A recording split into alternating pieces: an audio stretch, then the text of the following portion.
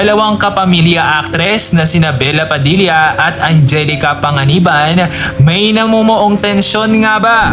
Ano nga ba ang punot dulo ng mga kumakalat na issue sa kanilang friendship?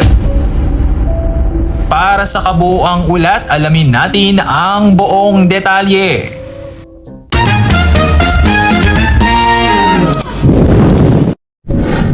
Niyanig ang mundo ng showbiz matapos direktang iwasan at tanggihan ni Bella Padilla ang mga tanong tungkol sa matagal ng usap-usapan na lamat sa kanilang sikat na trios na ang Becky.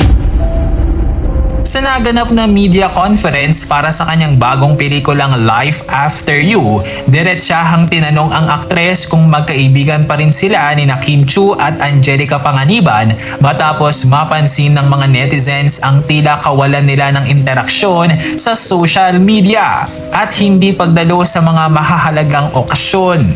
Imbes na linawin o itanggi ang balita, maikli at malamig lamang na sumagot si Bella ng "I won't talk about it muna, thank you," na lalong nagpatindi ng hinala ng publiko.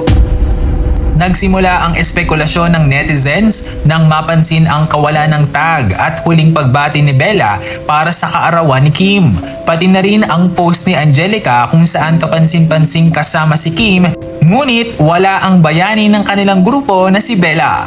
Bagamat wala pa siyang opisyal na pahayag, sina Kim at Angelica ukol dito, ang matipid na sagot ni Bella ay tila nagpapatibay sa chismis na may malalim na pinagdadaanan ang paboritong showbiz squad ng marami.